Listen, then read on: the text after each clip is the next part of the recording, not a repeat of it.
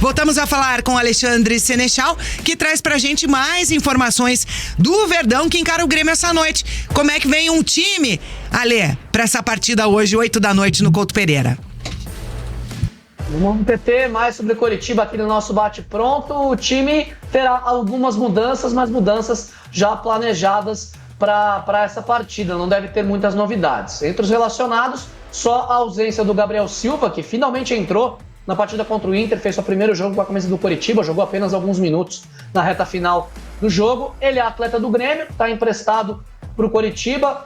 Inclusive o Coritiba tem uma possibilidade de comprá-lo, mas não deve fazer isso no final do ano, né? Tem uma cláusula de compra após o empréstimo. Ele deixa a relação e o Lucas Barbosa volta. O Lucas Barbosa que está lá fora, porque é atleta do Santos, também está emprestado ao Coritiba. Ele não pôde jogar contra o Santos, acabou nem indo lá para as duas viagens, né? Os dois jogos fora, o Coritiba acabou ficando direto. O Lucas Barbosa volta, então, na lista dos relacionados no lugar do Gabriel Silva. E aí, não temos novidades de Maurício Antônio, de Diogo Oliveira. O Kusevich sequer voltou ao Brasil, vive uma situação parecida com a do Vidal, por exemplo, do Atlético, está no Chile, tratando a fratura que ele teve no rosto por conta da cabeçada do Diogo Oliveira. Diogo Oliveira, a lesão na panturrilha, também segue fora. Coritiba não vai ter muitas novidades nos relacionados, mas terá em campo. O William Farias cumpriu suspensão pela expulsão contra o Santos, desfalcou o Coritiba na partida diante do Internacional, volta à meia cancha, volta como volante titular, provavelmente na vaga do Bruno Gomes, e o Diogo Batista joga na lateral direita, no lugar de Natanael, justamente porque o Rainer também está suspenso. Natanael e Rainer receberam terceiro cartão amarelo, estão fora do jogo. O Diogo Batista é a única opção para a lateral direita. A gente ainda não tem uma definição e claro, né, o Slimani treinou normalmente. O Slimani desfalcou o time contra o Inter por conta de um desconforto muscular, e ele tá de volta, treinou, deve ser titular normalmente do Coritiba para a partida de logo mais. E aí, a questão é que o Kozlowski não teve tempo para fazer de fato um treinamento com o time principal.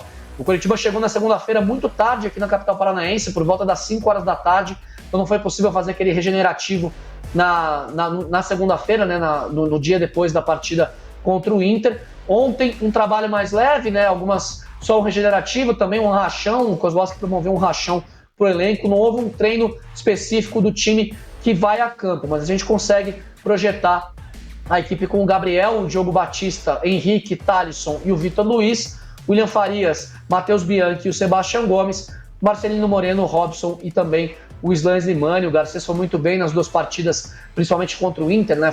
Fez uma atuação muito boa, mas na projeção, deve começar mesmo no banco de reservas com Marcelino, Robson e Slimani formando esse trio de ataque do Coritiba. Então o Coritiba não teve muito tempo, né? Teve um desgaste muito grande por conta da viagem, mas terá essas voltas aí do William, do Slimani e também agora o Diogo Batista na equipe titular. E eu falei do retrospecto do Coxa, mesmo em casa, o retrospecto do Coxa contra o Grêmio na história não é tão positivo assim, né? São 35 jogos, 15 vitórias, 12 derrotas e 8 empates. No Brasileirão, 11 vitórias do Coxa, 9 do Grêmio e 6 empates. E a última vitória do Coritiba foi em casa, foi lá em 2016, um 4-0 em cima do Grêmio há 7 anos. De lá para cá são 5 partidas entre Coxa e Grêmio, contando em casa e fora, 4 derrotas e um empate. Realmente um retrospecto muito ruim. Lá em 2016, o Coxa ganhou com gols do Alisson Maia, do Rafael Veiga, do Leandro e também do Neto Berola, um 4-0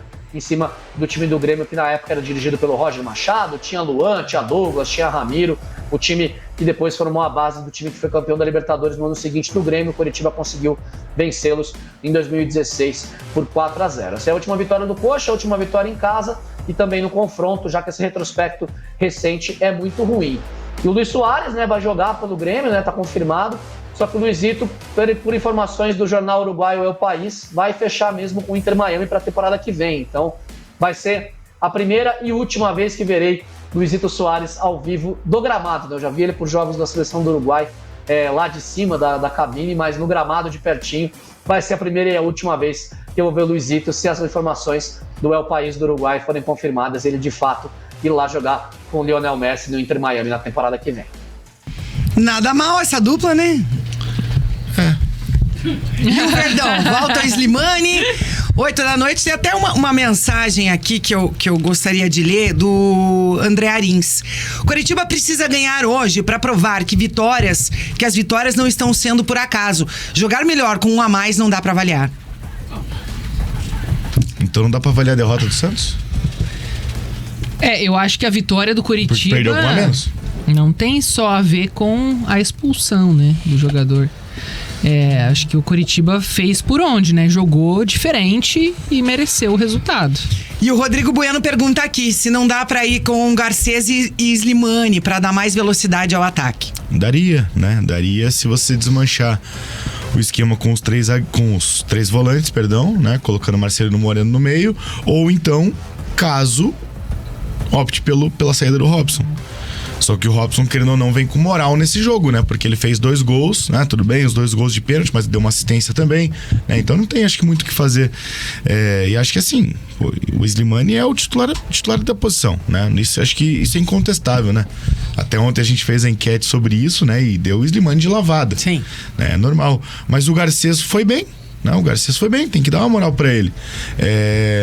Mas não sei se tem como virar titular direto, assim, né? Isso que é difícil. Eu acho que não, né? Eu acho que no lugar do Slimani, não. Acho que ele pode ganhar oportunidade com outras formações, talvez, né? Ainda mais, Jana, numa posição que não é a dele, né? O Garcês não é centroavante, gente. Tanto é que quando a gente viu a escalação, imaginou que ele ia jogar pela ponta, né? Pela ponta com o Robson centralizado, que o Robson jogou muito mais assim, né?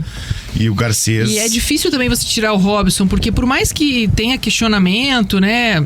No volta e meia ele às vezes acaba falhando ali nas finalizações, mas ele é um cara que nesse momento ele representa muito essa alma do Coritiba, né? Essa liderança, essa confiança nesse jogo, por exemplo, mesmo cobrando os pênaltis ali, eu acho que não é fácil também você cobrar um pênalti numa situação que o Coritiba tá, né? Você tava com um jogador a menos em campo, né, o adversário, tendo aquela responsabilidade de pontuar de qualquer jeito, né? Porque senão, claro que a gente já vê a situação do Coritiba como muitas vezes cumprindo tabela, porque é muito difícil realmente conseguir um milagre, né? Uma reta final perfeita, mas ele representa muito essa questão de não desistir, né?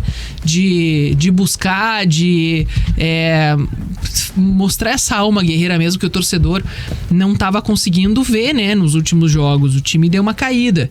Então eu acho que essa presença dele faz a diferença também, né? De você poder ter um ataque com essa capacidade de lutar, né? Mesmo diante de circunstâncias muito adversas, como é esse jogo de hoje, né? Contra o Grêmio, porque o Grêmio, apesar de vir de uma sequência... de ter vindo de uma sequência ruim, né? Que não estava conseguindo vencer, foram 4 jogos assim, né? Aquele ambiente um pouco tenso, mas depois conseguiu vencer o Flamengo, aí venceu o América num jogo eletrizante. Então é um time que vem também querendo se provar e mostrar o seu potencial. Não vai ser fácil, né? Vai ser mais um jogo brigado o tempo inteiro. É o duelo do melhor ataque com a pior defesa da competição. O Grêmio tem um ataque extremamente eficiente, né? Viveu um momento de oscilação também na temporada, e é natural, né? Até por aquelas brigas internas, questão do Renato saindo lá depois do Grenal na coletiva, né? Ou em um 3-0, um clássico, um 3-0 pesa, ainda mais um Grenal que tem uma importância gigantesca, né? E eles dão muita importância também. Então, assim, é difícil porque o Grêmio viveu alguns jogos ali de instabilidade. E parecia que ia continuar nesse fundo do poço, entre aspas, né? Porque o Flamengo faz 1-0 e o Grêmio vira com 30 do segundo tempo. O Grêmio faz um monte de gol ali do nada e garante a vitória. E para essa noite, o Renato Gaúcho tem a volta do Jeromel e do Kahneman, né? Uma dupla de zaga aí muito conhecida e muito querida pela torcida gremista. E justamente eles têm a missão de melhorar o rendimento da defesa do Grêmio, né? Que tomou gol aí do América Mineiro, como o Dal que acabou de falar, que foi sofrido. Fala, Alê. A TT falou da questão de melhor ataque e pior defesa, né? O Grêmio fez 50 gols no Brasileiro, 10% deles no Coritiba. Teve 5-1 lá do turno, né? Inclusive o Aleph Manga fez o gol do Coritiba nesse dia. O jogo que foi o último do Zago, né? Depois teve aquela coletiva e o Zago acabou deixando o comando do técnico do Coritiba. E o Coxa tem 64 gols tomados, né? A pior defesa ao lado do América, os dois com a mesma com o mesmo número de gols sofridos no Brasileirão. E Kahneman e Jeromel tem jogado, né? Não faz muito tempo, né, que o Jeromel voltou também, o Kahneman já vinha jogando. Aquela zaga campeã em 2017, né, da Libertadores, e que volta agora a atuar pelo Grêmio, né? Nas últimas partidas, pelo menos, tem jogado juntos. E a mesma coisa que a gente falou do Corinthians, né? A média de idade da defesa do Corinthians é 45 anos. A média de idade da defesa do Grêmio com Jeromel e Kahneman também é bem alta, né? Os dois já estão há bastante tempo, né? E eles fizeram uma dupla histórica de fato, né? Só que eles fizeram uma dupla histórica de fato em 2017. Né? 6 anos. O Kahneman muito mal ultimamente, ainda consegue ser um pouco melhor, só que o Jeromel sofrendo muito com lesões, né? Faz algum tempo já que o Jeromel não consegue ter uma sequência de jogos por conta das lesões. E o Coritiba não tem aquele ataque tão rápido assim também, né? Pra conseguir se sobressair nesse caso. E tem que cuidar muito do ataque do Grêmio, né? Porque além de Luizito Soares, né, o Grêmio tem um time que é muito incisivo, né? O meio de campo do Grêmio funciona bem demais e o Coritiba vai ter que hoje conseguir alternativas para segurar esse ataque, né? Porque não é um ataque qualquer para fazer 50 gols, né? A média não é tão alta, né? Melhor ataque do futebol brasileiro no campeonato, 50 gols, né? Não é uma média nem de 2 gols por jogo, né? Em outros campeonatos no mundo, se você for pegar, um número bem pequeno, inclusive.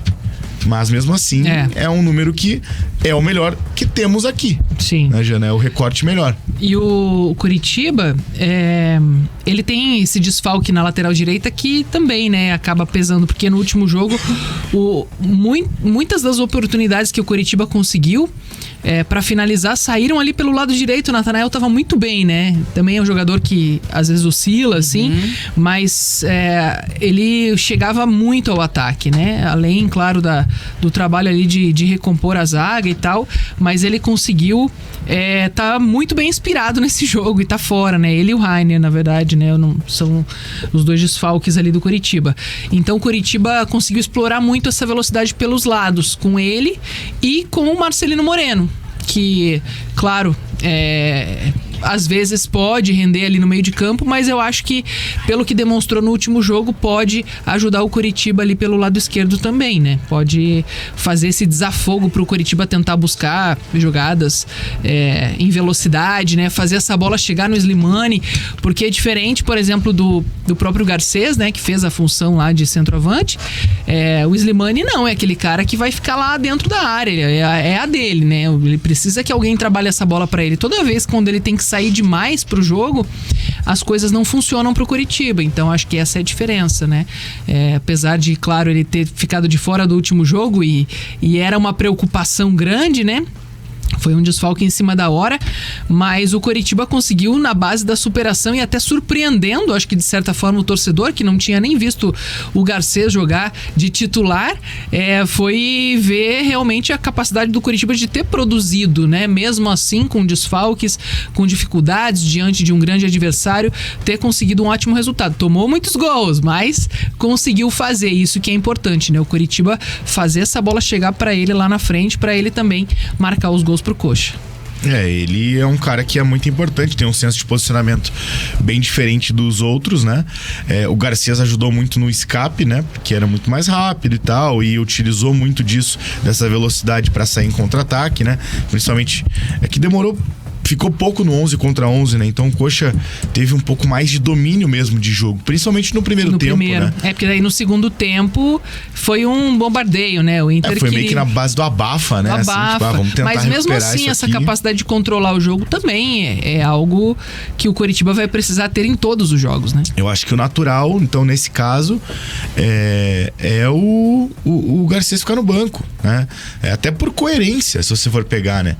Não é porque ele fez um jogo bom sendo substituto de alguém que ele precisa ser titular instantaneamente, né? E esse é um entendimento importante, porque todo mundo sabe da qualidade do Slimani e todo mundo sabe que ele é o titular absoluto dessa posição, né? E como eu disse, o Garcês não é centroavante, o Garcês é ponta, né? Então isso é mais uma coisa que a gente precisa ressaltar, porque às vezes fica nessa expectativa, né, do cara continuar jogando ali, continuar fazendo gols, e às vezes não vai acontecer também, né?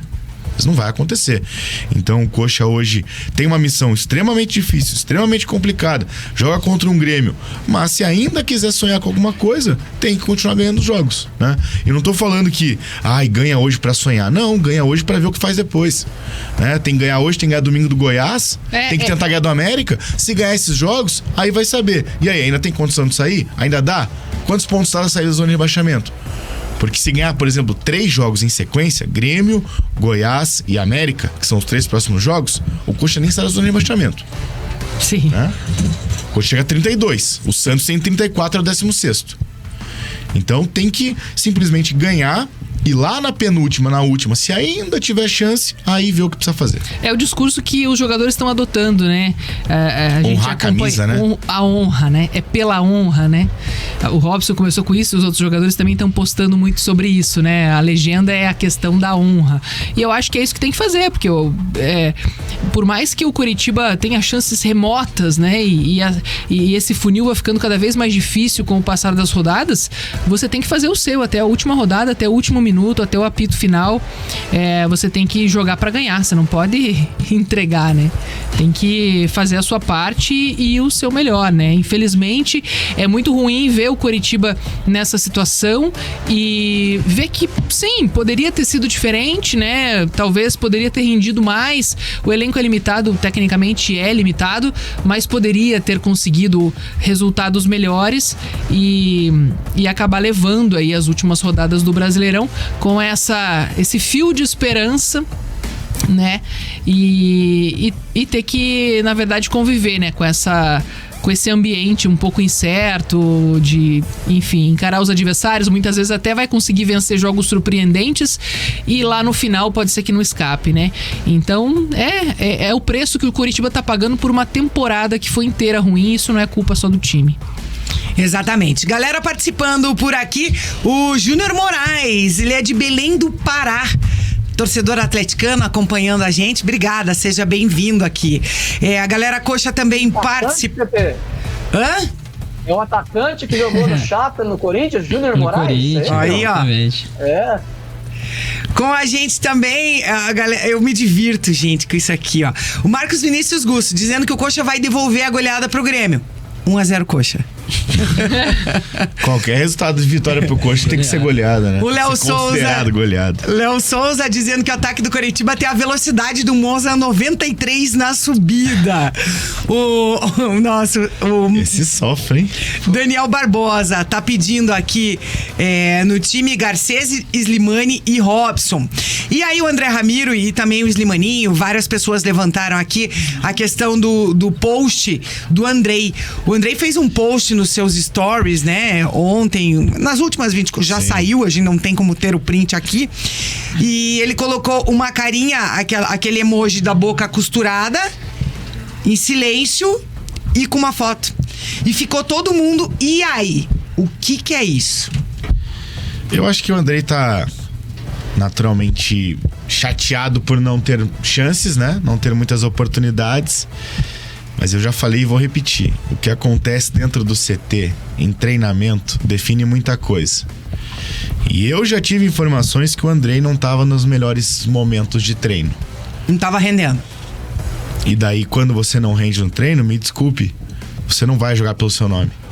Principalmente no futebol de hoje, que requer intensidade, que requer movimentação, que requer entendimento de jogo.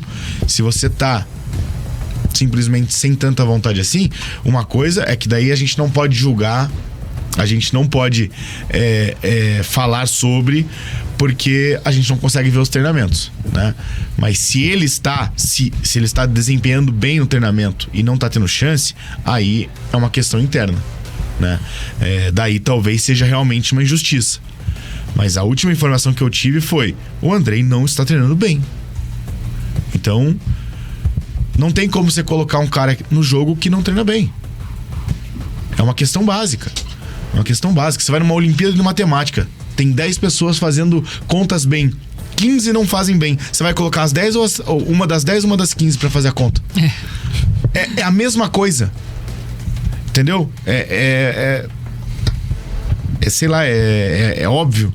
Só que Aí eu não posso falar se continua dessa maneira, porque essa informação eu tive faz duas semanas, mais ou menos. Porque até na última partida contra o Internacional, a gente até chegou a comentar, né? Muitas vezes o Thiago Kozlowski, quando o time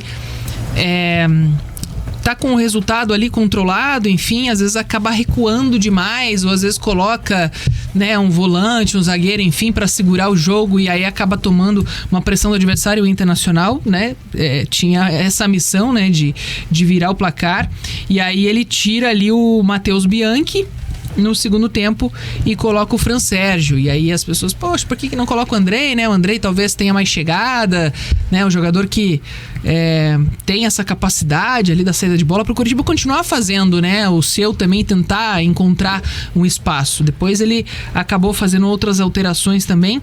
Então, muitas vezes essas alterações também podem passar por isso, né, Dalk? Por coisas que estão acontecendo nos bastidores e a gente também não tem acesso, né? O ambiente não tá tão legal, o jogador não tá rendendo aquilo esperado e acaba não tendo realmente oportunidade. E tem que lembrar que ele renovou o contrato, né? Então, o Andrei tá de contrato renovado, vai ficar por mais tempo no Coritiba. Espero que ele demonstre que realmente quer permanecer, né? Quer ficar. Não adianta só renovar por renovar e acabar sentando no contrato, que muita gente faz isso. Eu não tô falando que é o caso do Andrei, tô falando que aconteceu isso historicamente com muitos jogadores que sentam no contrato. E o Andrei tem bola pra mostrar. Poxa, ele tava no melhor momento quando sofreu uma lesão que tirou ele da temporada. E aí volta também num ano muito difícil, não consegue ter sequência, né? E é uma lesão impactante, e é uma lesão que muitas vezes faz perder a confiança, porque o Andrei, ele já teve algumas lesões dessas, ele teve 2 lesões de joelho já, né, no Vasco, e agora mais uma no Coritiba. Então, você imagina como é que é na cabeça do cara também, né? Então, realmente, ele perdeu a confiança. E eu não tenho dúvida que ele perdeu a confiança. Só que ele tem que demonstrar que ele pode, que ele quer. Agradecendo o Daniel Barbosa, que nos enviou o print aí prontamente, o print do Stories postado lá pelo Andrei, que tem lá o emoji silêncio e o coraçãozinho alviverde do lado.